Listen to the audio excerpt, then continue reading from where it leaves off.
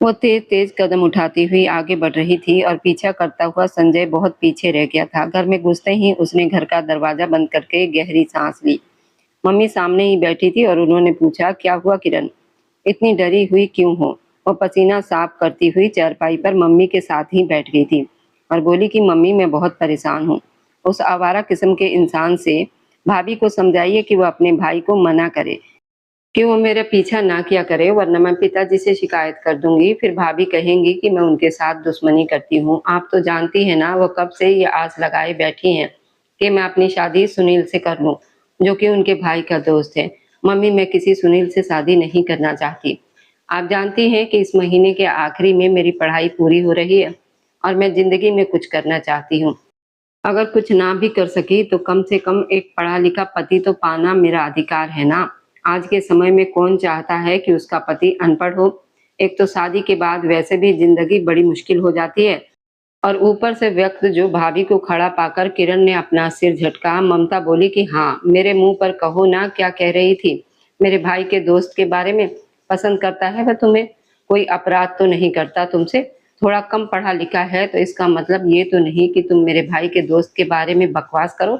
मैं तुम्हारे भाई से बात करती हूँ। ये कहती हुई उन्होंने धड़ाम से दरवाजा बंद किया था। किरण ने सोचा कि लो कर लिया तमाशा, अब ये देवी जी सारा दिन आराम करेंगी और मुझसे कहेंगी कि जाओ अब रसोई में खाना बनाओ। खुद में तो इतना दम नहीं। किरण ने जैसे अपने सिर पर हाथ मारा था।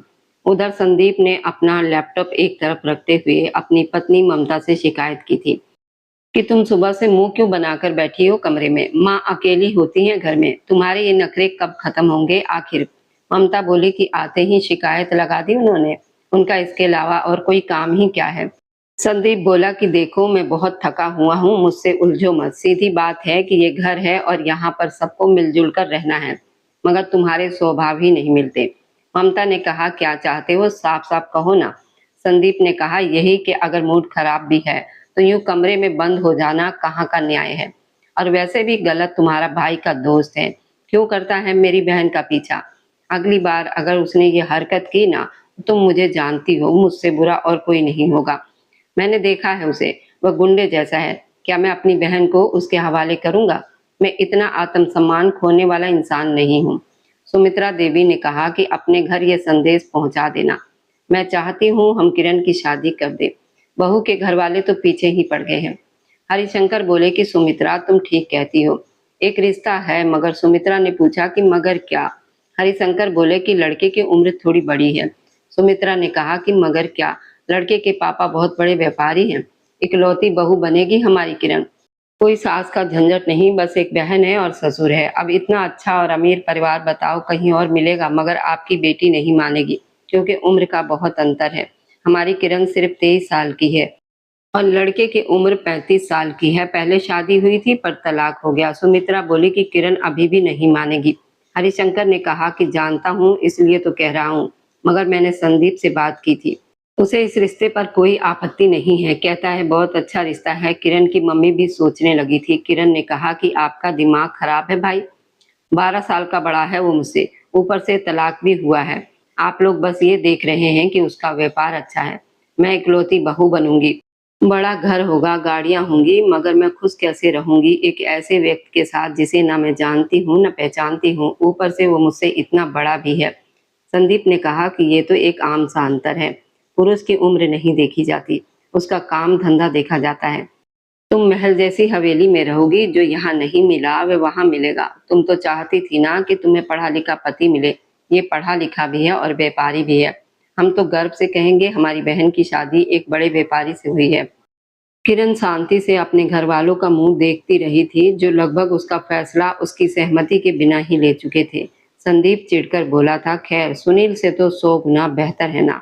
तो उसकी पत्नी ममता ने जैसे करवट बदली थी।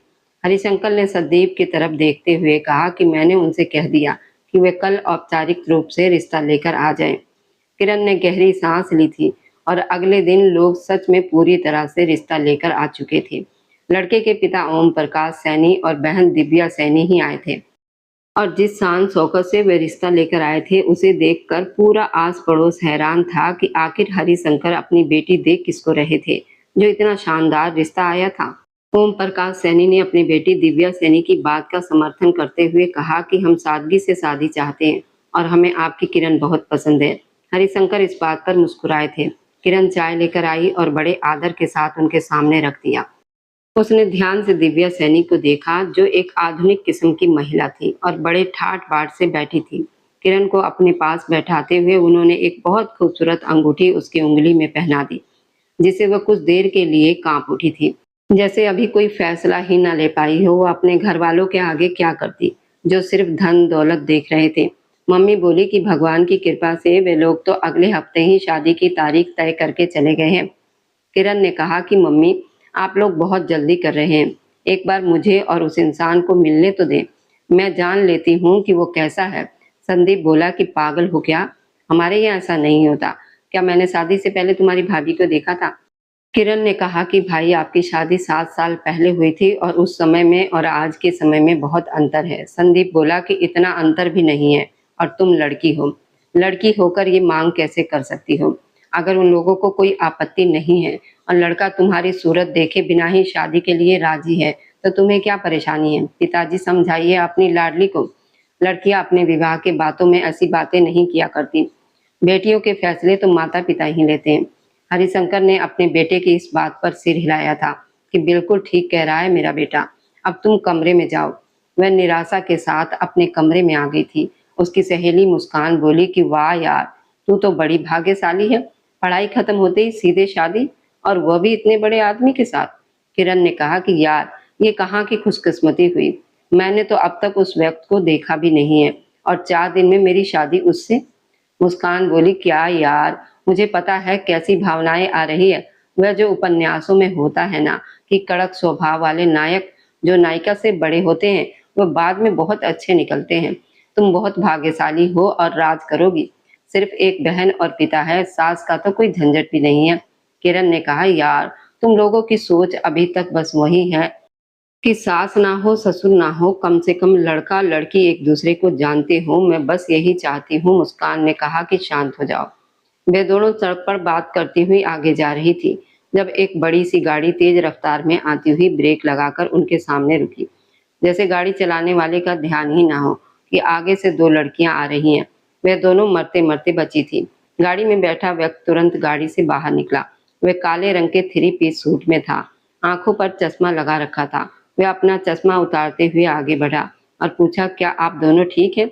किरण, जो गिरते गिरते बची थी और उसका पैर मुड़ गया था, वह अपने दर्द को दबाने की कोशिश कर रही थी। वह व्यक्ति तुरंत बोला कि क्या आप ठीक हैं? किरण ने आंखें उठाई और उन दोनों की नजरें अचानक एक दूसरे से टकराई। वह ना चाहते हुए भी उसका हाथ थाम चुका था और बोला कि अगर आपको चलने में कोई परेशानी हो रही है तो मैं आपको डॉक्टर राजेंद्र कुमार के पास लेकर चलता हूँ। किरण बोली कि बहुत बहुत धन्यवाद। नुकसान करने के बाद कहते हैं कि डॉक्टर के पास लेकर जाएंगे। 4 दिन में शादी है मेरी, अब क्या लंगड़ा लकड़ा कर शादी करूंगी? वह उसकी इस साफ बात पर मुस्कुराया और बोला कि मैं सच में माफी चाहता हूँ। किरण ने गुस्से में कहा कि एक तो वे लोग बहुत अमीर है, हो सकता है ये जानकर शादी ही ना करें कि दुल्हन लंगड़ी है, मगर मैं तो चाहती हूं ना कि करे तो अच्छा है। वह अपनी चिढ़ में बहुत कुछ बोले जा रही थी कि तभी उसकी सहेली मुस्कान ने उसके सर पर धीरे से मारा कि ये क्या कर रही हो। जब मुस्कान धीरे से फुसफुसाई तो किरण को होश आया।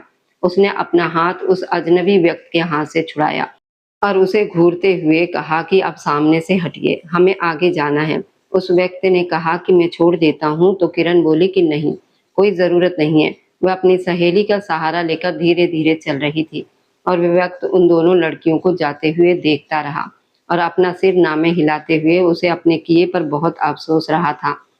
2 दिन के पूरे आराम के बाद उसका पैर ठीक हो गया था।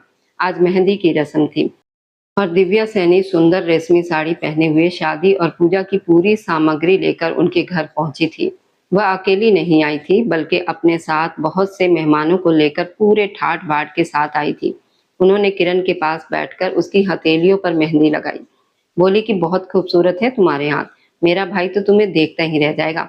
उन्होंने आंख मारते हुए ये बात कही तो किरण ने नजरें शर्म से झुका गई और इस बेबाक सी बात पर वह अपनी आंखें उठा ही ना पाई।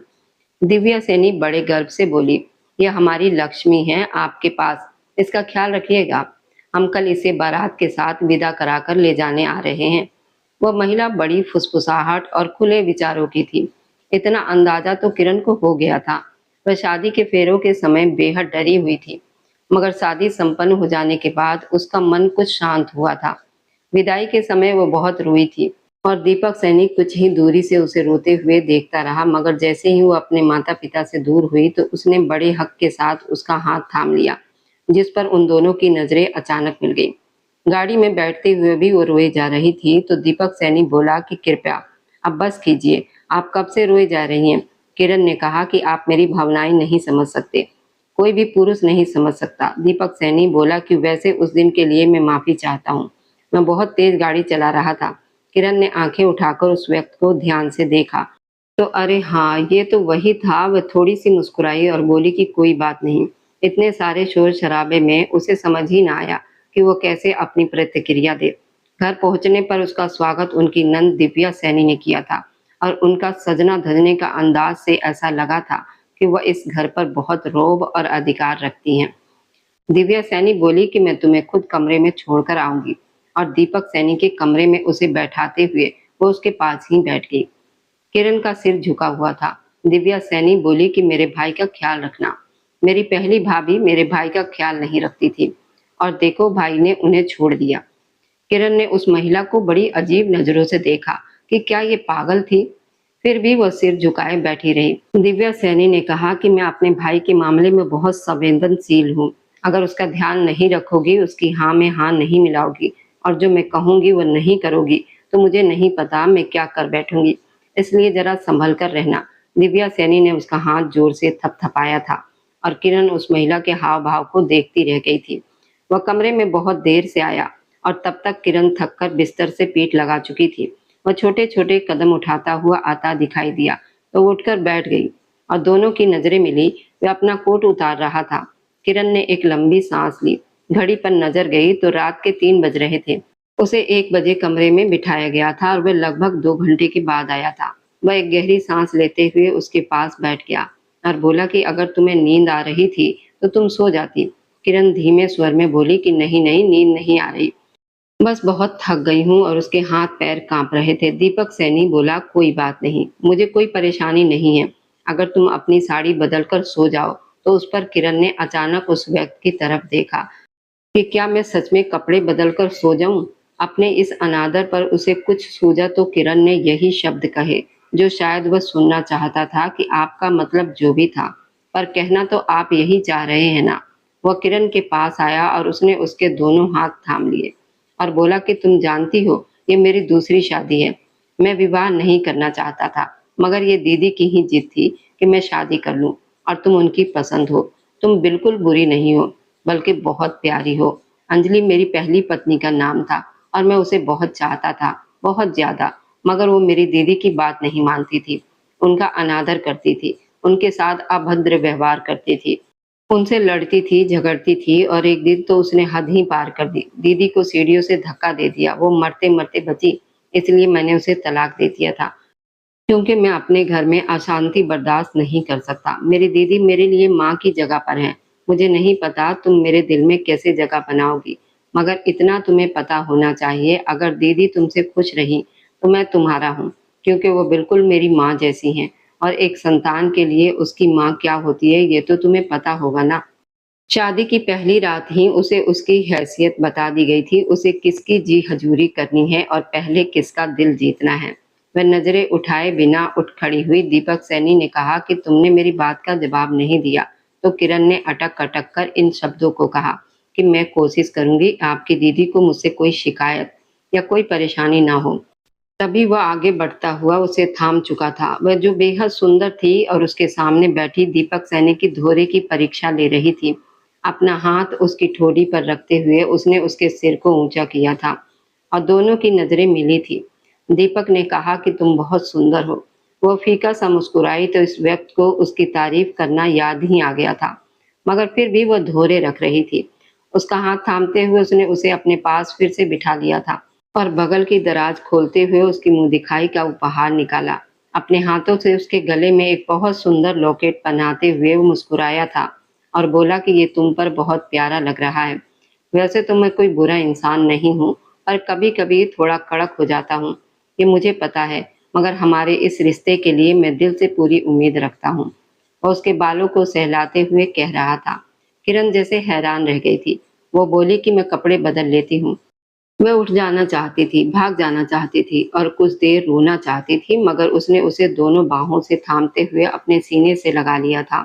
बोला कि कहीं मत जाओ, मेरे पास रहो, मुझे तुम्हारी ज़रूरत है। धीरे-धीरे उसे हर बोझ से मुक्त करते हुए, जैसे उसके अस्तित्व में खो रहा था, और वह चाह कर भी विरोध नहीं कर पा रही थी। वह क्या कहकर रोकती, क्योंकि वह तो खुद अपने सारे अधिकार उसके नाम कर चुकी थी। वह उसे बिखेर रहा था, वह बिखर रही थी। दीपक सैनी ने अपना अधिकार बड़े हक से लिया था और वह तो बस उसकी बाहों में सिसकती रही थी, एक ऐसे अस्तित्व के साथ जो अभी इस रिश्ते को समझ भी नहीं पाई थी और सब कुछ हार बैठी थी। सुबह दिव्या सैनी ने कहा कि देखो, तुम्हें हल्के फुल्के कपड़े नहीं पहन सकती, जो भारी साड़ियां मैंने तुम्हें दी है ना, वही पहनो। नई नवेली दुल्हन, पहले दिन तुम ये सब क्या हल्का फुल्का रंग पहन चुकी हो, और वैसे भी मुझे नई नवेली दुल्हन पूरी तरह सजी धजी ही पसंद है, और कोशिश किया करो कि हमेशा ऐसे ही सजी धजी रहा करो। किरण ने कहा कि मैं कोशिश करूंगी कि इससे अच्छे से तैयार हो जाऊं। दिव्या सैनी बोली कि बिल्कुल, अभी जाओ और कपड़े बदल कर आओ, मेहमान आने वाले हैं कुछ देर में। मैं क्या बताऊंगी सबको कि अपने इकलौते भाई के लिए किस तरह की लड़की ब्याह कर ले आई हूँ।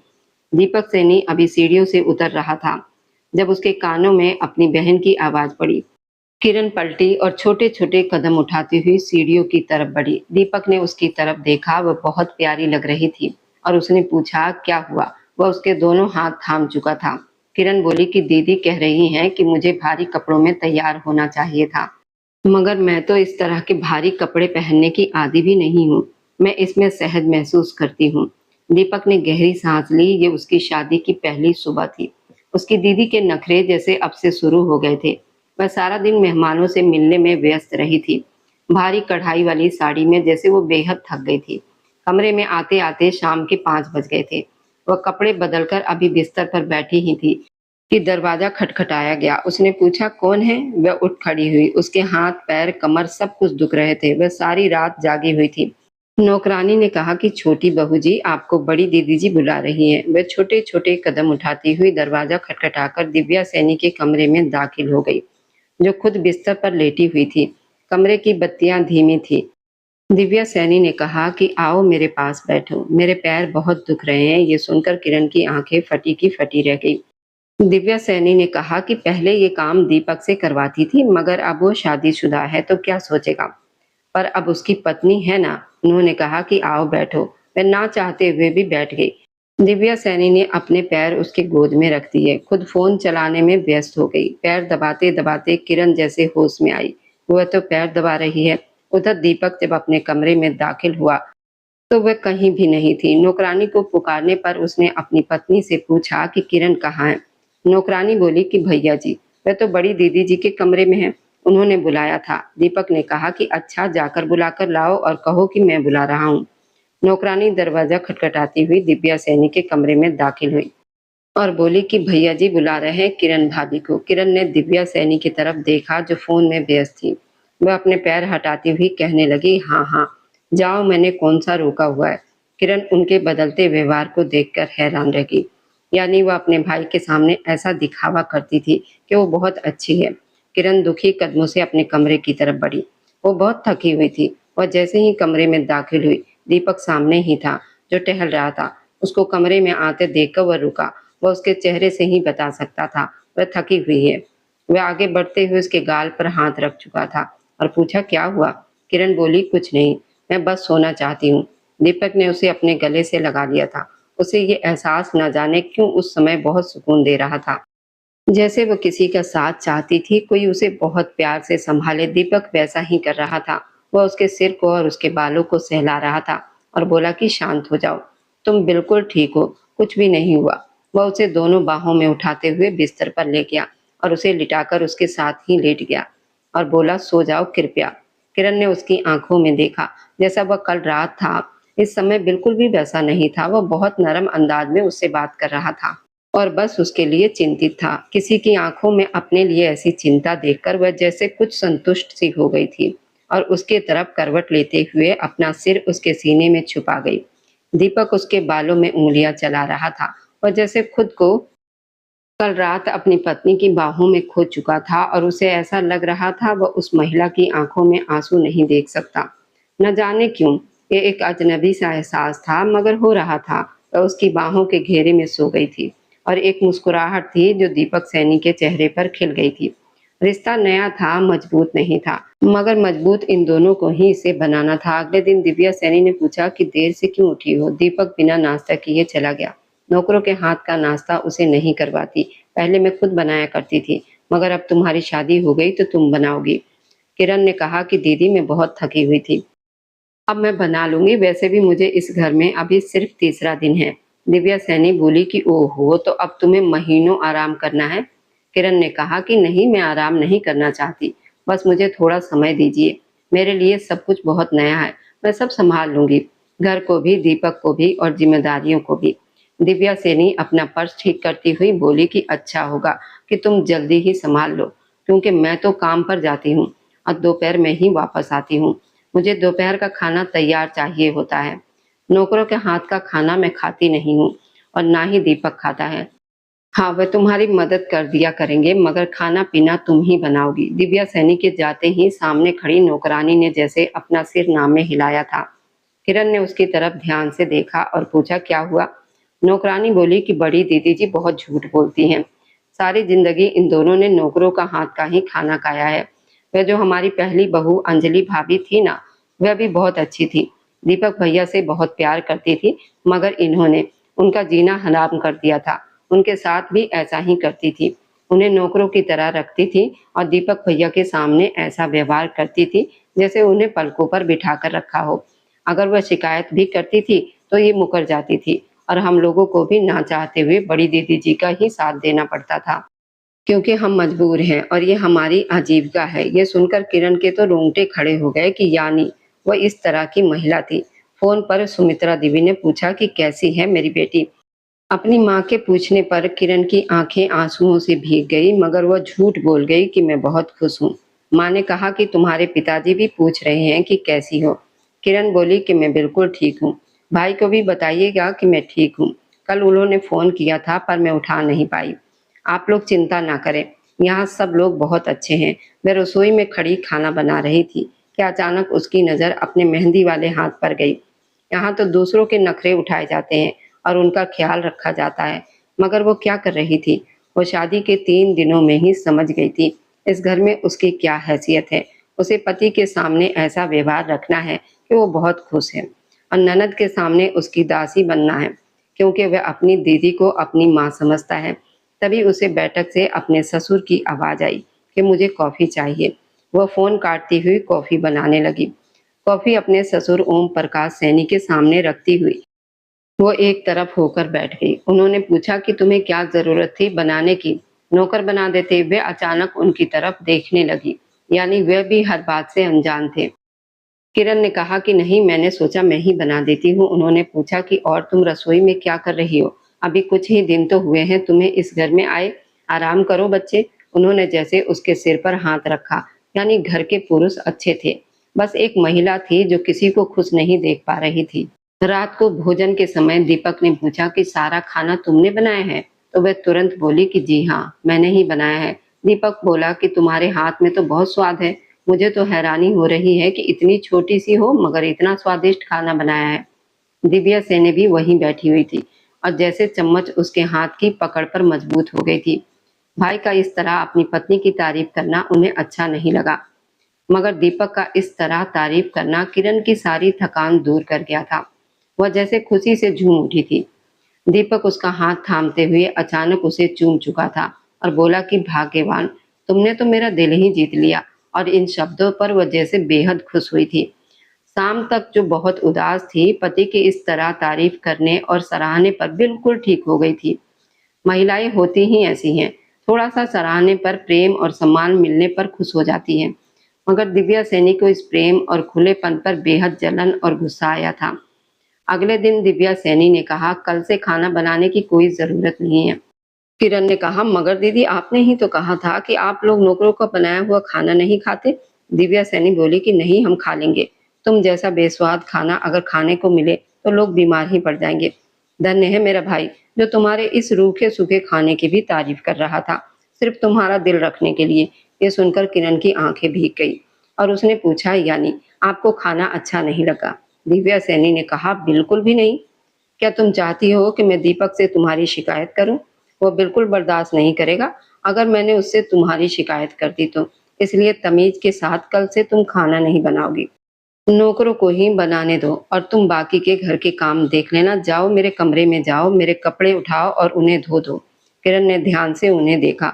वह उसे अपने कपड़े धोने के लिए कह रही थी और वह भी अपने हाथों से। शायद उसकी सजा थी। दिव्या सैनी चिल्लाई कि जाओ, मेरी शक्ल क्या देख रही हो? वह दुखी कदमों के साथ आगे बढ़ी थी।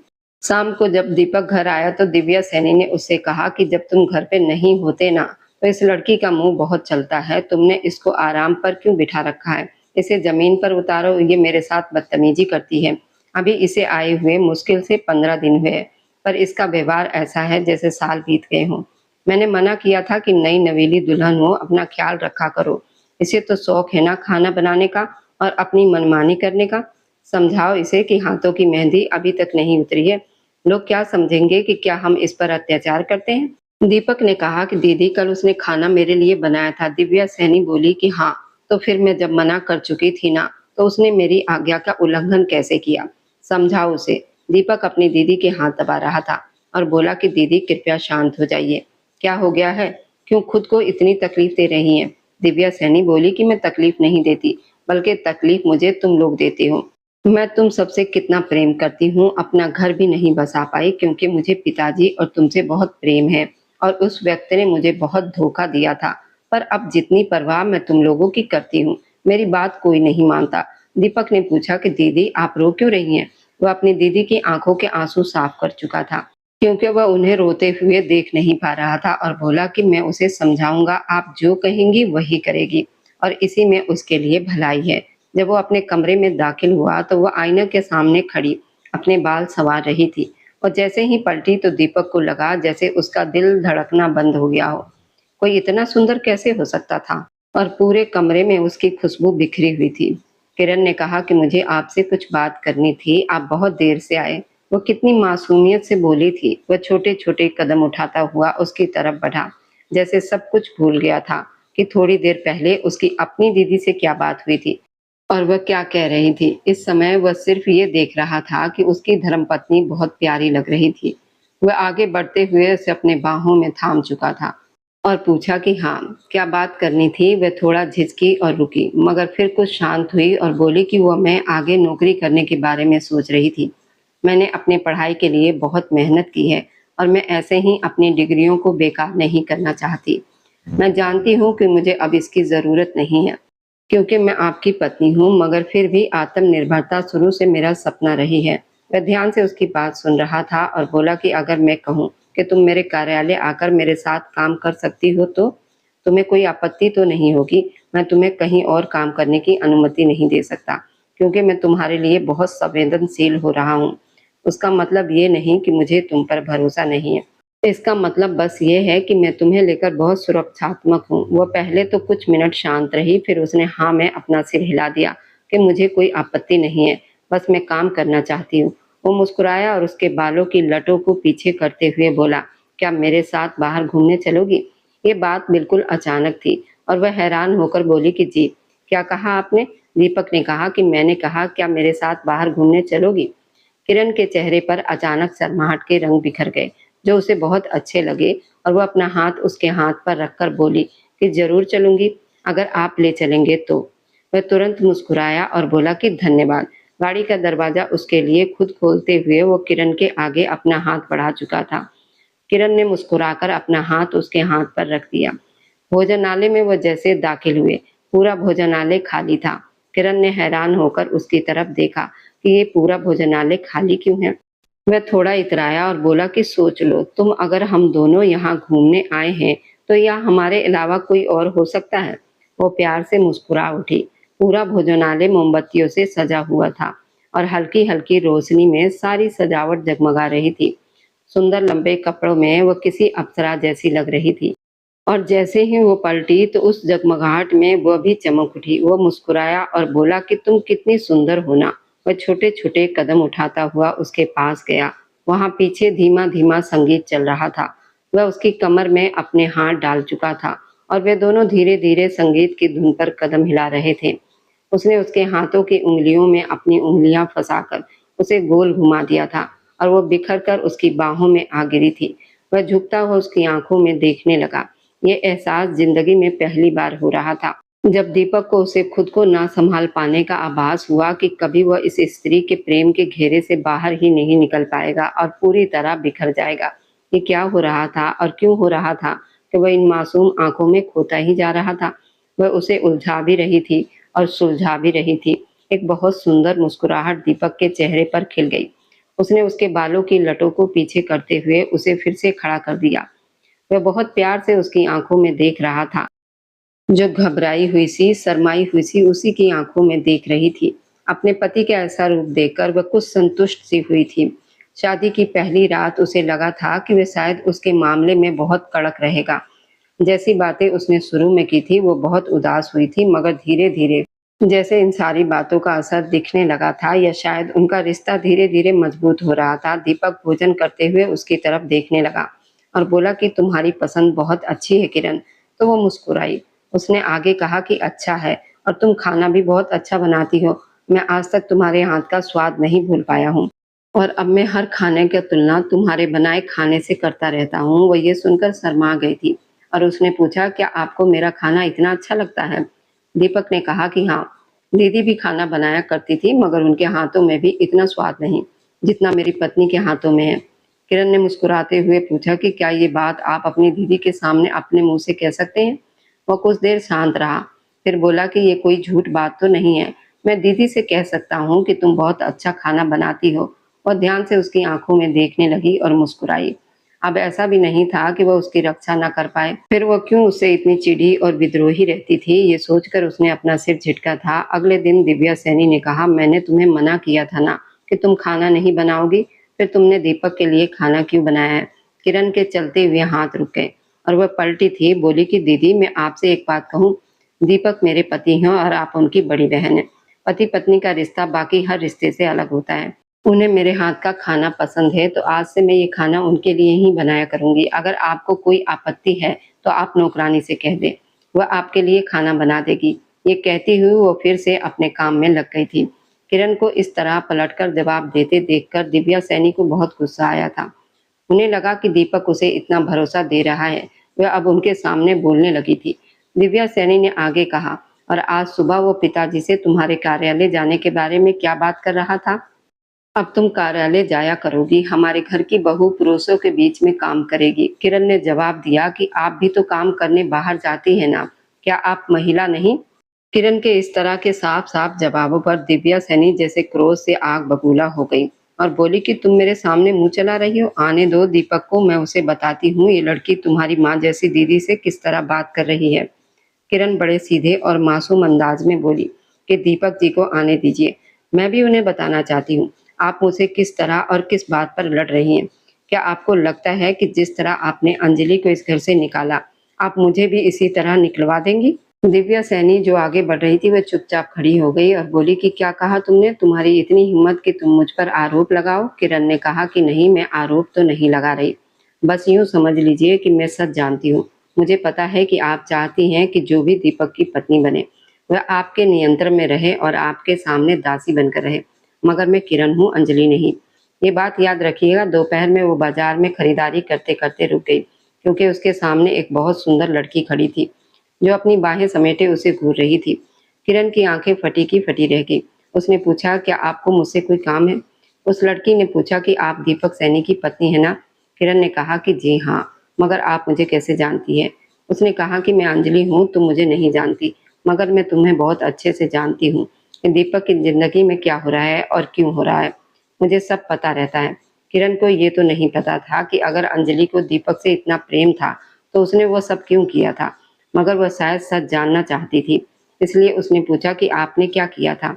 अंजलि ने कहा कि तुम उस घर में रहती हो, तुम्हें पता होना चाहिए, मैं वही सुनना चाहती हूँ जो तुम्हें बताया गया है। किरण ने कहा कि मुझे बताया गया है आपने दीदी को जान से मारने की कोशिश की थी। अंजलि फीकी हंसी हंस पड़ी और बोली कि नहीं, मैंने उन्हें मारा मैं उस जैसी महिला को मार नहीं सकती थी, बल्कि वह तो खुद मारना चाहती थी ताकि सबको ये दिखा सके कि मैं उन पर अत्याचार करती हूँ। वो मेरे और दीपक के प्रेम से जलती थी और उनकी जलन ऐसी थी कि उन्होंने अपने भाई की जिंदगी बर्बाद कर दी। उनका अपना घर तो बस नहीं सका, इसलिए वह अपने भाई का घर भी बसने नहीं देना चाहती। वे चाहती हैं कि भाई की पत्नी जो भी हो वो उनकी दासी बनकर रहे। संभल कर रहना किरण, उस महिला ने मेरी जिंदगी बर्बाद कर दी और मुझसे मेरा प्रेम करने वाला पति छीन लिया। हो सकता है कि वो तुम्हारे साथ भी वही सब करे, मगर तुम अंजलि मत बनना और सहना मत।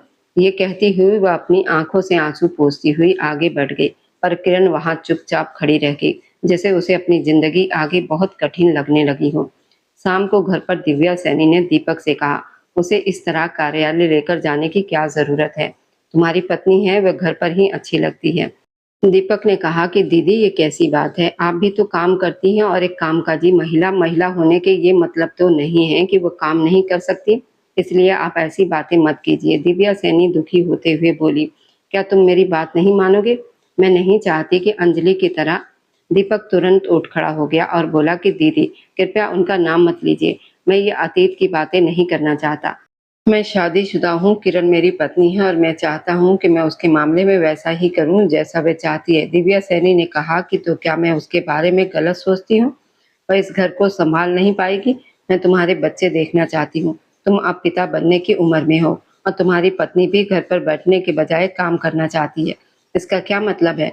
दीपक ने कहा कि दीदी कृपया शांत रहिए। ये कैसी बात है? संतान तो भाग्य की बात है, जब होनी होगी तो हो जाएगी, आप बस चिंता मत कीजिए। वह अपनी दीदी को गले लगाकर उन्हें शांत करने लगा। दिव्या सैनी बोली कि दीपक, मैं देख रही हूँ कि तुम उस लड़की की बातें मानने लगे हो। दीपक के व्यवहार में अचानक थोड़ी कड़वाहट आ गई थी। रात को कमरे में आकर उसने किरण से पूछा, तुम क्यों उदास हो? किरण बिना पलटे कह रही थी कि आपकी दीदी चाहती है ना कि मैं कार्यालय ना जाऊं। दीपक ने पूछा कि तुम्हें किसने कहा कि मैं उनकी बात मान लूंगा? किरण बोली कि आपने ही तो शादी की पहली रात मुझसे कहा था कि इस घर में वही होगा जो वो चाहेगी। अगर मैं उनकी आज्ञा का पालन करूंगी तभी आपको अच्छी लगूंगी। ये सुनकर दीपक जैसे आगे नहीं बढ़ पाया। उसे अपनी उस सबसे बड़ी मूर्खता का एहसास हुआ जो उसने अपनी पत्नी के सामने की थी।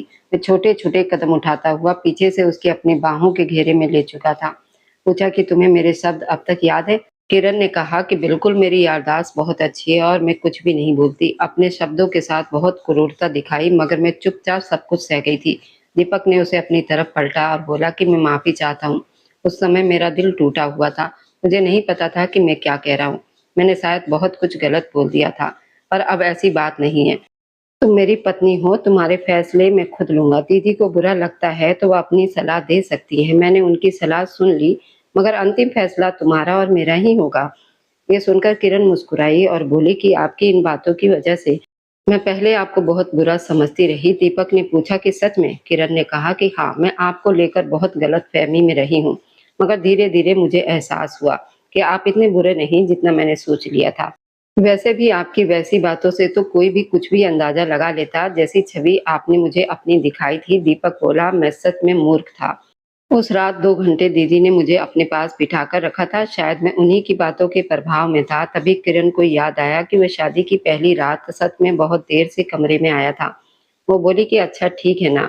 वह अपनी बाहें उसके गले में डाल चुकी थी। बल्कि मैं सब कुछ भूल गई हूँ, तो आप भी भूल जाइए। दीपक बोला कि बिल्कुल, पर मैं फिर भी माफी चाहता हूँ। वो भावुक हो गया था और उसने अपने होंठ उसकी गर्दन पर रख दिए। वो पीछे हटती हुई दीवार से जा लगी और दीपक ने अपनी बाहों का घेरा उस पर और कस दिया। तब मजाक में बोला कि इतने गहरे सांस मत लो भगवान, वरना मेरी सांसें बंद हो जाएगी। ये सुनकर वह हंस पड़ी और उसने प्यार से दीपक के सीने पर धीरे से एक थपकी मार दी। अगले दिन दोपहर में दिव्या सैनी एक कैफे में बैठी थी और उनके सामने सुरेश बैठा था। दिव्या सैनी ने पैर पर पैर चढ़ाते हुए पूछा, तुम क्या कर रहे हो सुरेश? सुरेश, जो कि उनका पति था, उसने कहा कि तुमसे संबंधी विच्छेद नहीं करना चाहता। दिव्या, मुझ पर और खुद पर दया करो। छोटी छोटी बातों को अपने अहंकार का मुद्दा मत बनाओ। तुम कितने सालों से हमारी शादी को इस तरह लटका कर खड़ी हो, और देखो मैं आज भी तुम्हारे प्रेम में पागल हूँ। दिव्या सैनी हंस पड़ी और बोली कि तुम्हारा दिमाग ठीक है? मैं संबंधी विच्छेद के कागज न्यायालय में दे चुकी हूँ और 2 महीनों में हमारा संबंधी विच्छेद हो जाएगा। चिंता मत करो, मैं तुम्हें ज्यादा नहीं लटकाऊंगी। सुरेश बोला कि मैं तुम्हारा पति हूँ, तो मैं इस तरह मुझे कैसे छोड़ सकती हूँ? और मुझ पर आरोप भी क्या लगाया कि मैं अपनी भाभी के प्रति वफादार नहीं हूँ और उनका चरित्र खराब है। तुमने मुझ पर इतना बड़ा झूठा आरोप लगा दिया।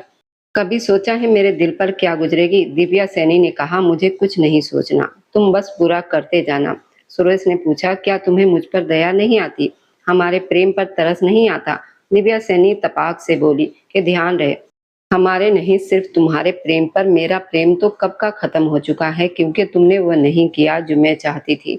तुम अपने भाई और भाभी से अलग नहीं हुए और मैं संयुक्त परिवार में नहीं रह सकती। इसलिए जो मेरे मन में आया मैंने वही किया। कारण उस समय कार्यालय से घर लौट रही थी और घर के मुख्य हॉल में दाखिल होते ही उसने ये सब कुछ सुन लिया था। दिव्या सैनी उसे देखकर मुस्कुराई, बोली कि मिलो किरण, ये मेरे पति सुरेश है। सुरेश ने नमस्ते करते हुए मुस्कुराकर पूछा, इसे इस घर में कब तक रखने का विचार है? दिव्या सैनी ने कहा कि जितनी देर अंजलि को रखा था इतनी देर ही रखूंगी, क्योंकि मैं नहीं चाहती दीपक सैनी की कोई संतान इस दुनिया में आए। यह सुनकर किरण के तो जैसे पैरों तले से जमीन ही खिसक गई थी। दिव्या सैनी ने सुरेश से कहा, और तुम्हें भी एक सलाह है, यहाँ कम आया करो वरना मैं बहुत बुरा व्यवहार करूंगी। ये कहते हुए वह उठ खड़ी हुई। सुरेश उठा और छोटे छोटे कदम बढ़ाता हुआ किरण के पास से गुजरने लगा। किरण ने धीरे से पूछा, आपने इस महिला को कैसे बर्दाश्त किया और आपको ऐसी महिला से प्रेम कैसे हुआ? सुरेश मुस्कुराया और बोला कि प्रेम हो जाता है, फिर को चाहे जितना भी बुरा हो, स्वार्थी हो या कुछ भी हो। उसने समाज में मेरा चरित्र हमेशा खराब किया और जो झूठे आरोप मुझ पर लगाए, उसके बाद मैं सिर उठाकर जी नहीं सकता। फिर भी मैं इसे पाना चाहता हूँ। आप खुद सोच लीजिए कि प्रेम इंसान को कितना मजबूर कर देता है। ये कहते हुए वह आगे बढ़ गए। ऊपर सीढ़ियों पर खड़ी दिव्या सैनी उन दोनों को बात करते हुए देखकर न जाने क्या सोच रही थी। रात को दीपक ने अपनी बहन के पास बैठकर कहा, दीदी आप आज बहुत परेशान लग रही हैं। ये कहते हुए उसने अपने दीदी के पैर अपनी गोद में रख लिए। दिव्या सैनी ने कहा कि छोड़ो मेरे पैर, मुझसे प्रेम तो तुम करती नहीं हो पर दिखावा करते हो कि मैं परेशान हूँ। दीपक ने पूछा कि आप ही बताइए कि आप क्यों परेशान हैं? दिव्या सैनी बोली कि आज सुरेश आया था। दीपक गुस्से में बोला कि वह नीच इंसान यहाँ क्या लेने आया था? दिव्या सैनी ने कहा, वो कहता है कि मुझसे बहुत प्रेम करता है, मगर वह यहाँ शायद तुम्हारी पत्नी से मिलने आया था। दीपक ने चौंक कर पूछा कि दीदी आपका क्या मतलब है? दिव्या सैनी बोली कि मतलब वही जो तुम समझ रहे हो। सुरेश एक गिरे हुए दर्जे का इंसान है। तुम जानते हो ना कि उसके अपनी भाभी के साथ गलत संबंध रहे हैं और वो मुझे धोखा देता रहा। ऐसे में एक ही घर में रहकर मैं उसे गिरे हुए इंसान के साथ कैसे रह सकती हूँ? अपनी पत्नी से कहो कि वो मेरे पति से दूर रहे और उसके साथ दोस्ती बढ़ाने की कोई जरूरत नहीं है। मुझे दुख पहुंचाने के लिए तुम अकेले ही काफी हो, जो उस लड़की की वजह से मुझे रोज दुख पहुंचाते रहते हो। दीपक ने कहा कि दीदी ये कैसी बात है? मैं आपको दुख पहुंचाने की बात सपने में भी नहीं सोच सकता। आप तो मेरी माँ जैसी हैं। दिव्या सैनी रोते हुए बोली। कहते तो हो, मगर मुझे सच में माँ समझते नहीं हो ना। वह अपनी आंखों से आंसू बहाने लगी थी और बोली कि अपनी पत्नी को समझा दो, जो वो ये करना चाह रही है ना, उसे रोक लो। मैं सब समझा रही हूँ। सुरेश तो गिरे हुए दर्जे का इंसान है, वह अपना चरित्र थोड़ा ऊंचा रखे। तुम सुरेश से क्यों बातें करती रही? वह जब बिस्तर पर लेटने जा रही थी तो खड़ी की खड़ी रह गई। किरण ने पूछा, क्या मतलब? दीपक बोला, अगर सुरेश आज घर आया हुआ था तो क्या जरूरत थी उसका सामना करने की और क्या जरूरत थी उससे बात करने की? तुम क्यों मेरी दीदी के जख्मों पर नमक छिड़कना चाहती हो? वो अपनी दीदी के आंसू देखकर आ रहा था। वो बहुत क्रोध में था और बेहद गुस्से में था। उसका अंदाजा बिल्कुल वैसा ही था जिस अंदाजे से वो पहले चिढ़ गई थी। किरण ने कहा, धीरे से बात कीजिए। दीपक आप किस तरह से बात कर रहे हैं? वह उठकर खड़ा हो गया और बोला कि अब तरीका भी मुझे तुमसे सीखनी पड़ेगी। मुझे तुमसे कैसे बात करनी है तुम खुद सोच लो। पराये पुरुषों से तुम्हारा बात करना शोभा देता है क्या? क्या मैं काफी नहीं हूँ तुम्हारे लिए कि तुम्हें कोई और भी चाहिए? किरण जैसे तेज आवाज में बोली, आप ये क्या बोल रहे हैं और क्यों बोल रहे हैं? मुझे जानते हैं आप, मैं ऐसी नहीं हूँ। दीपक चिल्लाया कि व्यर्थ की बातें मत करो मेरे सामने। मैंने जो कहा वो याद रखो। मेरी दीदी के मामलों से दूर रहो। वो कमरे से निकला तो सारी रात कमरे में नहीं आया। वह सारी रात रोती रही। दीपक उस पर बहुत चीखा था, चिल्लाया था और बहुत डर गई थी। अगली सुबह दिव्या सैनी ने तंज कसते हुए मुस्कुराकर पूछा, क्या महसूस कर रही है? वह नाश्ते की मेज पर उसकी तरफ देखने लगी। आज किरण की आंखें भीगी भीगी सी थी। दीपक कार्यालय जा चुका था। किरण ने उसे कल रात से नहीं देखा था और वह खुद भी कार्यालय नहीं गई थी, क्योंकि वह उसका सामना नहीं करना चाहती थी। दिव्या सैनी बोली कि औकात दिखा दी ना मेरे भाई ने तुम्हें, इसलिए कहते हैं मेरे मामलों से दूर रहो, वरना मुझसे बुरा तुम्हारे लिए कोई नहीं हो सकता। किरण बहू, मैंने क्या किया और क्या नहीं किया ये मेरा मामला है।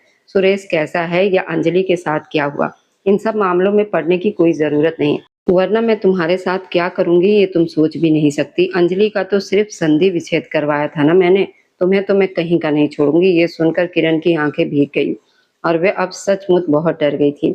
शाम को जब दीपक घर आया तो वो बोला, अच्छा, मैं माफ़ी चाहता हूँ, तुम कब से रो रही हो?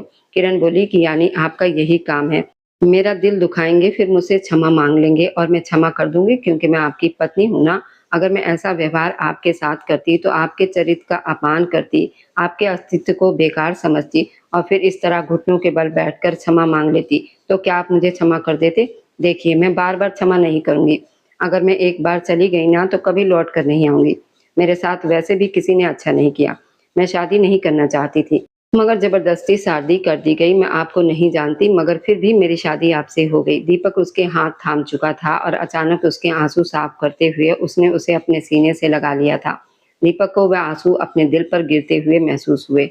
सचमुच कल वो बहुत अधिक गुस्से में था और उसे इस तरह अपनी पत्नी से बात नहीं करनी चाहिए थी। वो बोला कि मुझे क्षमा कर दो, आगे से अगर मैं तुमसे इस तरह बात करूँ तो तुम मुझे भी सज़ा दोगी, मुझे स्वीकार होगी। वह उसके आगे कान पकड़कर बैठ गया और बोला कि मुझे क्षमा कर दो, मेरी गलती है, आज कार्यालय में मुझे बिल्कुल भी अच्छा नहीं लग रहा था। तुम वहाँ नहीं थी, तो कुछ भी अच्छा नहीं लग रहा था। तुम बस अपने पति को क्षमा कर दो। किरण अपने आँसू साफ करती हुई बोली कि मैंने क्षमा किया, मगर आगे से अगर आपने मेरा दिल तोड़ा या मेरा दिल दुखाया तो मुझसे बुरा कोई और नहीं होगा। दीपक उठते हुए उसका माथा चूम चुका था और उसके बालों से धीरे-धीरे खेलते हुए शांत कर रहा था। वह भी गहरी सांस ले रही थी, जैसे इस सुरक्षा में उसे सुकून मिल रहा। वो कल रात से सो नहीं पाई थी, इसलिए दीपक उसे अपनी बाहों में उठाता हुआ अपने साथ आराम कुर्सी पर बैठ चुका था।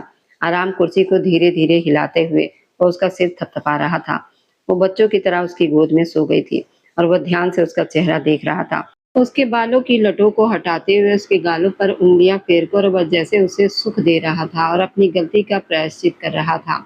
अगले दिन किरण ने दिव्या सैनी से कहा, क्या साबित करना चाहती हैं आप ये सब करके कि मेरा चरित्र खराब करेंगी, इन्हें मेरे विरुद्ध करेंगी?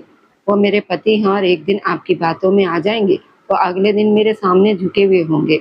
आप क्यों अपने भाई का घर बर्बाद करना चाहती हैं? वह आपसे इतना प्रेम करते हैं, क्या ये पर्याप्त नहीं? क्या आपको उनका वो प्रेम सहन नहीं हो रहा? कृपया दीपक पर और मुझ पर दया कीजिए, वह काम मत कीजिए जो आपको शोभा नहीं देता। आप बहुत गिर चुकी हैं और ज्यादा मत गिर जाइए। कृपया, वो जैसे उनके आगे हाथ जोड़ चुकी थी। दिव्या सैनी तंज भरी मुस्कुराहट के साथ किरण को ये सब करते हुए देख रही थी। रात को कमरे में किरण ने कहा कि मैं साड़ी खुद पहन सकती हूँ। ये क्या कर रहे हैं आप? वह साड़ी का पल्लू उसके चारों तरफ घुमाते उसे साड़ी पहना रहा था और वह शर्माती हुई उसके सामने खड़ी थी। दीपक ने कहा कि पहना दी, अब हो गया। उसे दर्पण की तरफ मोड़ते हुए उसकी तरफ देखने लगा और बोला कि अपने तरफ देखो, ऐसा लगता है जैसे धरती पर कोई अप्सरा उतर आई हो। किरण ने उसके सिर पर धीरे से एक थपकी मारी और बोली कि इतना प्रेम करेंगे ना तो मेरा दिमाग खराब हो जाएगा, फिर आप मेरे नखरे सहन नहीं कर पाएंगे। दीपक ने जैसे गहरी सांस ली और बोला, ये आपकी भूल है देवी जी, मैं आपके हर नखरों को सहन करने का हौसला रखता हूँ। तुम नखरे करो तो सही, तुम तो कोई नखरा ही नहीं करती। तब वो हंस पड़ी और बोली कि पुरुषों को महिलाएं नखरे करती हुई अच्छी नहीं लगती, ये मुझे पता है। वह थोड़ा इतराई तो वह हंस पड़ा और बोला कि ये तुम्हारी गलतफहमी है, मैं तुम्हारे नखरे सहन कर सकता हूँ, तुम नखरे करो मैं सहन कर लूंगा। और वह हंस पड़ी। दूसरी तरफ दिव्या सैनी सुरेश को फोन किया और कहा कि मैं तुमसे मिलना चाहती हूँ। सुरेश ने पूछा कि मुझसे? दिव्या सैनी बोली कि हाँ, तुम उस दिन बात करने आए थे ना कि संधि विच्छेद नहीं करना, तो आओ मेरे घर आओ, आज कमरे में बैठकर बातें करते हैं, शांति से बैठकर बात करेंगे और किसी को बीच में बोलने नहीं दूंगी। जब से तुम गए हो तब से मैं सच में इस बारे में सोचने लगी हूँ।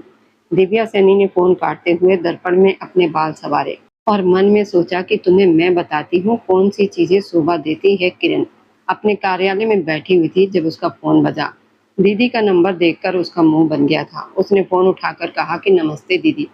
दिव्या सैनी बोली कि सुखी रहो बहुरानी, मैं कह रही थी कि 7 बज गए हैं, अब घर आ जाओ। वैसे भी खाना तुम्हें ही बनाना है, तुम्हारा पति तुम्हारे हाथों के बने खाने के अलावा किसी और का हाथ का खाना तो खाता ही नहीं, और मुझे भी अब तुम्हारी आदत सी हो गई है। तुमने ही तो कहा था कि मैं तुमसे और तुम्हारे पति से जलना बंद कर दूं, इसलिए मैंने सोच लिया है कि अब मैं भी तुम्हारे हाथ का बना खाना ही खाया करूंगी। किरण को ये सुनकर बहुत हैरानी हुई, शायद थोड़ी थोड़ी खुशी भी हुई। शायद दिव्या सैनी सुधर रही है। वह बोली कि मैं कुछ ही देर में घर आ रही हूँ। यहाँ एक बैठक चल रही है और दीपक जी उसमें व्यस्त हैं, मगर मैं कुछ ही देर में आ जाऊंगी। वह रसोई में खाना बनाकर अभी खाली हुई थी कि तभी नौकरानी उसकी तरफ आई और बोली कि छोटी बहू जी, आपको बड़ी दीदी जी अपने कमरे में बुला रही है। किरण ने पूछा कि अपने कमरे में? नौकरानी बोली कि हाँ, अपने कमरे में। किरण ने कहा ठीक है, मैं आती हूँ। वह छोटे छोटे कदम उठाती हुई दिव्या सैनी के कमरे में दाखिल हुई। कमरे में जाते ही उसे बड़ी हैरानी हुई क्योंकि सामने ही बिस्तर पर सुरेश बैठा हुआ था। वह ठिठकी और बोली कि आप यहाँ? सुरेश भी उठकर खड़ा हो गया और बोला कि हाँ, मुझे दिव्या ने बुलाया था। क्या वह घर पर नहीं है? नौकर ने मुझसे कहा था कि वह अभी आती है। क्या वह सच में घर पर नहीं है? मुझे नहीं पता। उन्होंने अभी मुझे अपने कमरे में बुलाया था।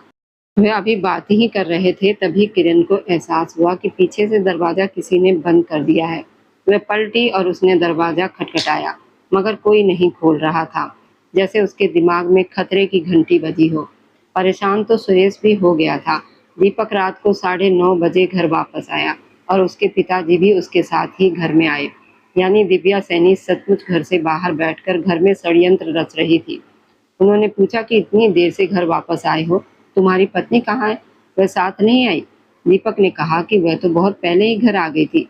दिव्या सैनी बोली कि ये तो बहुत अच्छी बात है। जिस नौकरानी को दिव्या सैनी पूरी तरह अपने बस में कर रखा था, वही आगे खड़ी थी। उसने आदर पूर्वक दीपक से उसका थैला लिया। दीपक ने पूछा कि किरण कहाँ है?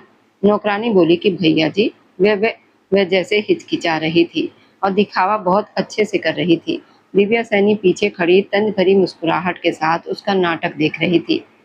दीपक ने पूछा कि कहाँ है किरण? दिव्या सैनी ने जैसे नौकरानी को बढ़ावा दिया। नौकरानी बोली कि वह सुरेश बाबू आए हैं ना। दीपक ने पूछा कि कब से? थैला देते हुए दीपक के हाथ की पकड़ थैले पर मजबूत हो गई थी और उसने पूछा कि उनका यहाँ आने का क्या उद्देश्य है। उसकी आवाज में एक अजीब सा गुस्सा था। नौकरानी ने अटक अटक कर अपना वाक्य पूरा किया कि भैया जी, छोटी बहू जी सुरेश बाबू के साथ ऊपर कमरे में है। ये सुनकर दीपक को लगा जैसे वह जमीन में धंस गया हो। उसने पूछा कि क्या कहा तुमने? दिव्या सैनी ने जैसे आगे बढ़कर नौकरानी को पकड़ा और पूछा कि किधर है वह दोनों? नौकरानी बोली कि आपके कमरे में। दिव्या सैनी रोने जैसा मुंह बनाकर कहा कि मेरे कमरे में? दीपक से पहले वो कमरे की तरफ भागी। दीपक उनके पीछे ही था। उनके ऊपर पहुंचने तक वह दरवाजा खोल चुकी थी, जो बाहर से बंद था। दीपक टूटे हुए कदमों से ऊपर की तरफ आ रहा था। उसकी सांसें जैसे धीमी पड़ रही थी। उसने कमरे के दरवाजे पर हाथ रखा तो दरवाजा खुल गया। वे दोनों एक दूसरे के बहुत पास खड़े थे। दरवाजे के पास किसी को देखकर तुरंत दूर हट गए। दीपक को सामने देखकर किरण जैसे कुछ डर गई थी। वह दुखी नजरों से उन दोनों को बंद कमरे में इतने पास खड़े देखकर टूट चुके दिल के साथ सिर्फ किरण को देख रहा था। सुरेश ने नामे अपना सिर हिलाया और बोला कि ऐसा कुछ नहीं है जैसा तुम सोच रहे हो। तुम्हारी बहन ने मुझे खुद फोन करके यहाँ बुलाया था और मुझे नहीं पता कि किरण को उन्होंने यहाँ कमरे में क्यों भेजा, मगर वो तुम्हारी जिंदगी फिर से बर्बाद कर रही है, जैसे उन्होंने अंजलि के साथ किया था। वह फिर से किरण को निशाना बना रही है। वह तुम्हें कभी खुश और आबाद नहीं देखना चाहती। वह चाहती है कि तुम सारी जिंदगी उनकी गुलामी करो। कुछ गलत कदम मत उठाना। सूरज जैसे उसे पहले ही सचेत कर रहा था, जैसे उसने अंजलि को तुरंत संधि विच्छेद दे दिया। वह दीपक को ये यकीन दिला रहा था कोई था जो उसे खुश नहीं देखना चाहता था। दीपक ने अचानक किरण का हाथ बहुत सख्ती से थाम लिया और वह उसे वहां से घसीटते हुए अपने कमरे की तरफ ले गया। दिव्या सैनी सुरेश की तरफ तंज भरी मुस्कुराहट के साथ देखा। सुरेश चिल्लाया, तुम मुझे और अपने सगे रिश्तों को कब छोड़ोगी? मैं तुम्हारा पति हूँ। कितना खराब करोगी मेरा चरित्र, कितना बदनाम करोगी मुझे? दिव्या सैनी बोली कि जितना मेरे हाथ में है उतना करूंगी। अब भाग जाओ यहाँ से। मैं तुमसे संधि विच्छेद ले रही हूँ। अगर पुरुष हो तो यहाँ खड़े खड़े मुझे संधि विच्छेद देकर जाओ। यह सुनकर सुरेश की मुठ्ठियां भीज गई। वह बोला कि तुम्हें लगता है कि फिर से मेरे साथ ऐसा करने के बाद मैं तुम्हें अपने जीवन में रखूंगा? खुश हो जाओ, क्योंकि तुम्हारी की गई प्रार्थना और तुम्हारा रचा गया षड्यंत्र सफल हो गया है। मैं खुद सुरेश कुमार अपने पूरे होश हवास में तुम्हें संधि विच्छेद दे रहा हूँ। संधि विच्छेद दे रहा हूँ, संधि विच्छेद दे रहा हूँ। इतने सालों की दूरी और इतने सालों के धोरे के बाद आज मैं तुम्हें छोड़ रहा हूँ। ये कहते हुए वह तेज कदमों से बाहर की तरफ निकल गया और उसकी आंखों से आंसू तेजी से बह रहे थे। उधर कमरे में दीपक ने अचानक किरण को बिस्तर पर पटका और चिल्लाया कि बताओ क्या कर रही थी उसके साथ? मैं जब समझा रहा हूँ, सुरेश तो गिरे हुए दर्जे का इंसान है, उसका चरित्र जैसा भी है। तुम सुरेश से क्या बातें कर रही थी? वह जो औंधे मुंह बिस्तर पर गिरी थी। किरण ने उठकर फिर से पूछा, क्या मतलब? वह बिना बोले उस कमरे से चला गया और छत पर जाकर सिगरेट जलाकर पीने लगा। तभी उसका फोन बजा। बिना मन के उसने फोन उठाया और एक जानी पहचानी आवाज सुनकर वह जैसे चौंक कर उठ बैठा और पूछा कि तुमने क्यों फोन किया है मुझे? उधर से आवाज आई कि मैं मिलना चाहती हूँ, मगर दीपक ने कहा कि मैं नहीं मिलना चाहता। उसने कहा कि कृपया दीपक, तुमने कभी मेरी बात नहीं सुनी। मेरे टूटे हुए दिल के दोषी तुम ही हो, मगर मैंने तुम्हें क्षमा कर दिया है। क्या एक बार भी अपनी अंजलि से नहीं मिलोगे? सिर्फ एक बार, मैं प्रतीक्षा कर रही हूँ। वहीं जहाँ हम पहली बार मिले थे। मैं अपना घर नहीं बचा पाई, मगर तुम्हें दोबारा बिखरते हुए नहीं देख सकती। वो फ़ोन काट चुका था और अपनी आंखें साफ करता हुआ दीपक सैनी ने गाड़ी चालू की। ये वही बगीचा था जहां अंजलि उसे पहली बार मासूम बच्चों के साथ खेलते हुए मिली थी। पहली नज़र में ही वह उसे बहुत पसंद आई थी। आज भी वही बच्चों के साथ खेलती हुई दिखाई दे रही थी। वह छोटे-छोटे कदम उठाता हुआ उस दृश्य को अपनी आंखों से हटाता हुआ उस तक गया था। वह पलटी और दोनों की नजरें मिली तो दीपक ने अपनी नजरें चुरा ली। वह आंखें आज भी उस पर बहुत गहरा प्रभाव रखती थी। उसने पूछा, क्या चाहती हो? मुझे बर्बाद करने के बाद भी तुम्हें शांति नहीं मिली, जो दोबारा मुझे अपने सामने लाकर खड़ा कर दिया है तुमने? अंजलि मुस्कुराई और बोली कि इस बार मेरे पास कारण है, परिणाम है। जानते हो दीपक, एक समय ऐसा था जब मैं माँ बनने वाली थी, मगर तुम्हारी बहन ने मेरे बच्चे को मार दिया। वह 2 कदम पीछे हटा और बोला कि मैं ये नहीं मान सकता। अंजलि बोली कि तुम नहीं मान सकते, पर मेरे साथ डॉक्टर के पास तो चल सकते हो ना। उन्होंने मेरी इच्छा के बिना, मेरी अनुमति के बिना गर्भपात करवा दिया था। चलो मैं तुम्हें अस्पताल लेकर चलती हूँ। दीपक जैसे उससे दूर हो रहा था और बोला कि मैं नहीं मानता। तो अंजलि ने कहा, मत मानो, मगर मेरे साथ चलो। वह आपकी संतान, आपका वंश और आपकी खुशियाँ नहीं देखना चाहती। वह चाहती है कि तुम सारा जीवन उनके दास बनकर रहो और सारी संपत्ति उनकी रहे। आपकी संतान होगी तो संपत्ति का उत्तराधिकारी आ जाएगा और वो ये सब नहीं चाहती। मेरे साथ चलो कृपया। किरण को लिए और उसके कहे गए अंतिम संत पर वो जैसे मौन हो गया और तुरंत उसके साथ अस्पताल के लिए निकल पड़ा। डॉक्टर जो बोल रही थी वो सुन नहीं पा रहा था। उसने डॉक्टर से पूछा कि आप ऐसा कैसे कर सकती हैं? अगर उन्होंने आपको धन दिया, माँ की सहमति के बिना उसका गर्भपात कैसे करा सकती हैं? वो जैसे गुस्से से लाल हो गया था। डॉक्टर ने कहा, गर्भपात मैंने नहीं किया। उस दिन यहाँ एक परिचारिका थी जिसने धन लेकर गर्भपात के लिए हाँ कर दी थी। मुझे ये बात बाद में सीसीटीवी कैमरे से पता चली। ये कार्य बहुत ही खतरनाक था और इसमें आपकी पत्नी की जान भी तो जा सकती थी। तब मैंने अंजलि को सूचित किया था, वह बहुत टूटकर बिखर गई थी, मगर क्या करती, गर्भपात हो चुका था। आप चाहे तो मैं आपको ये वीडियो दिखा सकती हूँ। दीपक ने जैसे अपने हाथ को आगे बढ़ा दिया, जैसे उसके भीतर इतना साहस नहीं बचा कि वह अपनी बहन को इतना गिरते हुए देख सके।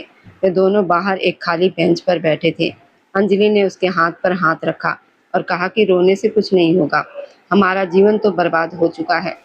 दीपक ने कहा कि हाँ अंजलि, सब बर्बाद हो गया। अंजलि बोली कि मगर तुम बर्बाद मत होना, जाओ और किरण को संभाल लो, वह एक बहुत अच्छी लड़की है, तुम हमेशा प्रसन्न रहोगे और मेरी शुभकामनाएं तुम्हारे साथ हैं। तुमने जो मेरे साथ किया मैंने तुम्हें क्षमा कर दिया। तुमने एक बार भी मुझ पर विश्वास नहीं किया। शादी के 5 वर्षों में दुख के अतिरिक्त मुझे इस घर में कुछ नहीं मिला। शादी के पहले दिन से उस महिला ने मेरे दुखों को बढ़ाया। मैंने सब कुछ भूलकर क्षमा कर दिया, मगर किरण, वो बहुत भोली है। दीपक, तुम बुरे इंसान नहीं हो, मैं ये बात जानती हूँ। दीपक ने तुरंत उसकी तरफ देखा और उसकी आंखों में आंसू थे।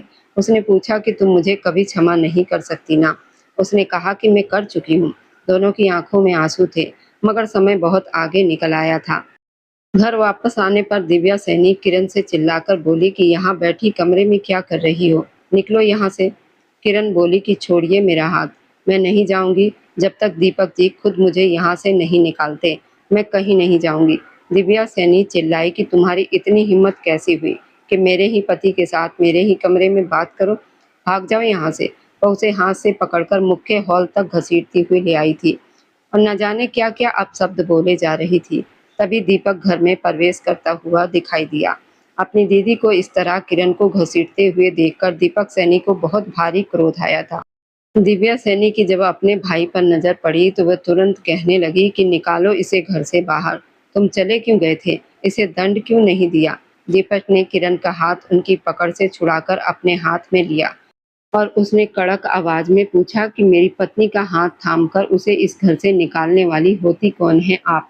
उस सन्नाटे में ये शब्द बहुत जोर से गूंजे थे कि जब तक मैं जीवित हूँ किसी की इतनी हिम्मत नहीं होनी चाहिए कि मेरी पत्नी को मेरे ही घर से बाहर निकाले।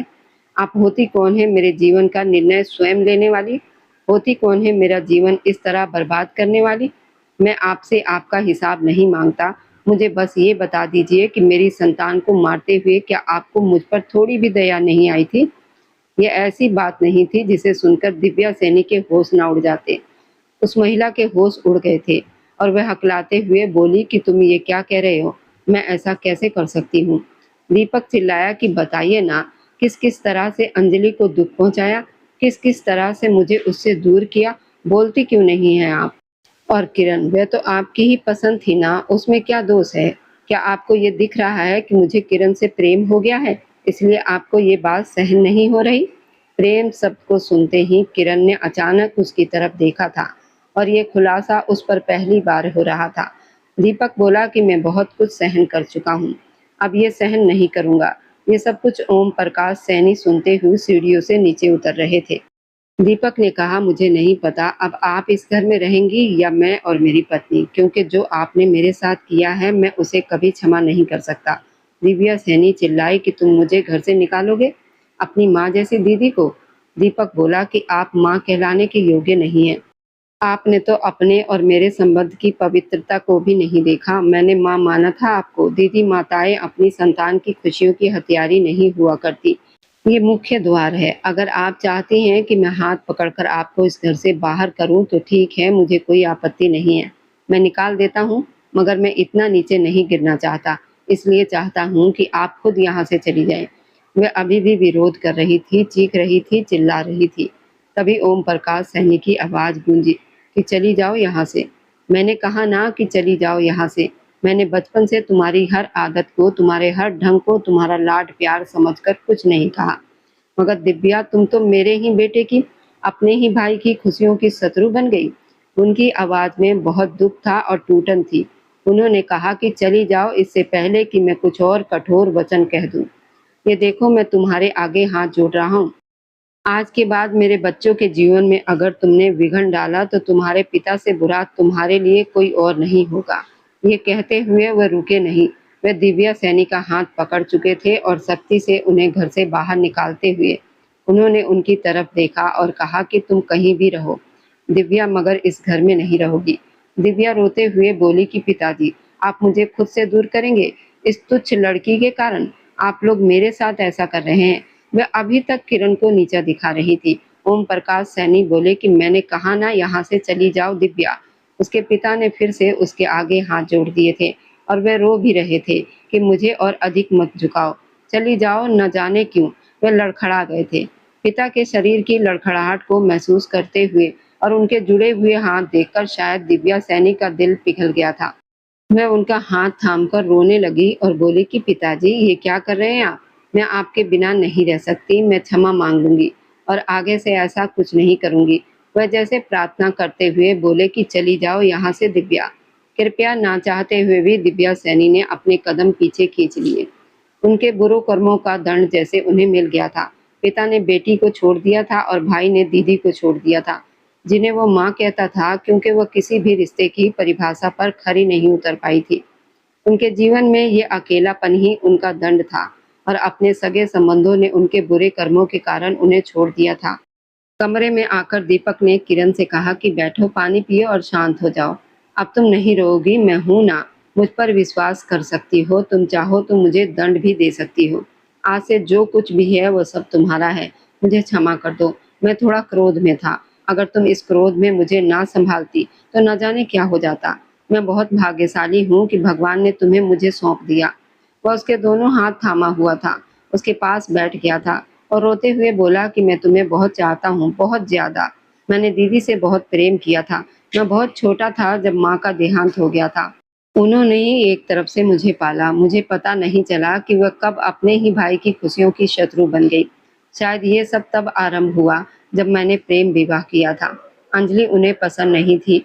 वह रो रहा था और बोला कि मेरे प्रेम का जीना दुभर कर दिया, उन्होंने हमारी संतान को मार दिया था। आज मैं अंजलि की आंखों में वह टूटन और दर्द देखकर आया हूँ। मुझे पता है कि वह आंखें, वह दर्द मैं जीवन में कभी नहीं भूल पाऊंगा, क्योंकि मैंने उस पर विश्वास नहीं किया था, हमारे संबंध का आदर नहीं किया था। दीदी जो कहती थी मैं मान लेता था और अपने ही प्रेम को मैंने कष्ट दिए, मगर तुम्हारे मामले में मैं बहुत सावधान रहा हूँ। मैं चाहता हूँ कि तुम वही करो जो तुम चाहती हो और मेरे साथ सदा प्रसन्न रहो।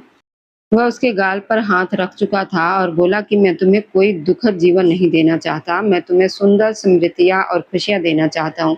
वह मुस्कुराई थी और उसने अपना सिर उसके सीने पर रख दिया और बोली कि मैं भी आपसे बहुत प्रेम करती हूँ, आपके घर को स्वर्ग बनाना चाहती हूँ और आपको वह सारी खुशियां देना चाहती हूँ जो आपसे छीन ली गई। अंजलि से मेरी भी भेंट हुई थी और उनकी आंखों में मैंने बहुत गहरा दर्द देखा था, मगर मैं उस समय आपसे कुछ कह नहीं पाई, क्योंकि मैं जानती थी कि आप मुझ पर विश्वास नहीं करेंगे। यह सुनकर वह रोते हुए हंस पड़ा और बोला कि तुम बिल्कुल ठीक जानती थी। उस समय अगर तुम कुछ कह देती तो शायद मैं तुम्हें गलत समझ बैठता। मैं बहुत भाग्यशाली हूँ कि भगवान ने मुझे तुम्हारे जैसी जीवन साथी दी। ओम प्रकाश सैनी अपनी बेटी का मानसिक संतुलन खोने का समाचार पाकर बहुत दुखी हुए। वह उसके पास जाते भी थे, मगर वह मानसिक रूप से विक्षिप्त हो चुकी थी। एक दो बार दीपक भी गया था और अपनी बहन को इस दशा में देखकर वह बहुत रोता था, मगर फिर शांत रहकर आंसू बहाता हुआ चला जाता था, क्योंकि ये कष्ट और ये दुख उसकी बहन ने अपने लिए स्वयं चुना था। अपने पति को और स्वयं को बर्बाद करके सचमुच अहंकार, धन की भूख और सांसारिक सुखों की तलाश इंसान को पूरी तरह नष्ट कर देती है। कुछ समय के बाद दीपक ने पूछा कि तुम्हें तो मेहंदी पसंद थी ना, फिर क्यों नहीं लगाई? किरण बोली कि आपके लिए लगाई है, क्या ये मेरे हाथों में अच्छी नहीं लग रही? दीपक उसका हाथ थामते हुए मेहंदी को ध्यान से देखने लगा, जो बहुत सुंदर लग रही थी, और बोला कि बहुत अच्छे लग रहे हैं, तुम बहुत सुंदर हो किरण, मैं आपकी जितनी प्रशंसा करूं उतनी कम है। वह शर्मा गई थी और उसने अपने दोनों हाथ खींचकर दूर किए और बोली कि अब आप ज्यादा पास आएंगे मेरे? दीपक बोले कि नहीं, मैं ऐसा कुछ नहीं कर रहा। किरण ने कहा कि मुझे पता है आप पास आएंगे, इसलिए दूर रहिए। दीपक ने अपनी आंखें मटकाते हुए कहा, यानी तुम मेरे निकट आने से डरती हो? किरण बोली कि हाँ, हर स्त्री डरती है, इसलिए दूर रहिए। वह अपने हाथ से उसे खुद से दूर कर चुकी थी और वह खिलखिलाकर हंस पड़ा था, मगर फिर भी उसने अपनी बाहें उसकी कमर में डालते हुए उसे अपने निकट खींच लिया था। उसने अपने होंठ उसके होंठों से छुए थे और उसकी गर्दन में अपना मुंह छुपा लिया था। किरण की सांसें तेज हो गई थी। वह बोली कि ये क्या कर रहे हैं आप? छोड़िए मुझे। वह जैसे उसकी बाहों के घेरे की पकड़ में कसमसाई थी, मगर वो पूरी तरह उसमें खोता जा रहा था। वह उसे खुद से दूर करते हुए दीपक से अपना मुंह छुड़ाने लगी। तो वह हंसने लगा और उसने पूछा, कब तक करोगी ऐसा? वह उससे थोड़ी दूर हुई और बोली कि जब तक मेरा मन करेगा। दीपक ने पूछा कि और ये मन कब तक करेगा? किरण बोली कि पता नहीं, शायद जब तक मैं जीवित हूँ। वह थोड़ा इतराते हुए बोला कि यानी जब तक जीवित हो तब तक दूर ही रहोगी? किरण बोली कि नहीं, ऐसा तो नहीं कहा मैंने। किरण ने अचानक अपनी नजरें झुका ली और वह हंस पड़ा। अपने होंठ उसके माथे पर रखते हुए उसे बहुत शांति मिली थी और वह जानता था कि भगवान ने उस पर किरण के रूप में विशेष कृपा की थी। आज की कहानी कैसी लगी कमेंट में अपनी राय जरूर दीजिएगा। इससे हमें आपकी पसंद को समझने में मदद मिलती है। और हाँ, आगे आने वाली खूबसूरत रोमांटिक कहानियों के सफ़र में हमारे साथ जुड़े रहने के लिए चैनल को सब्सक्राइब जरूर कर लें।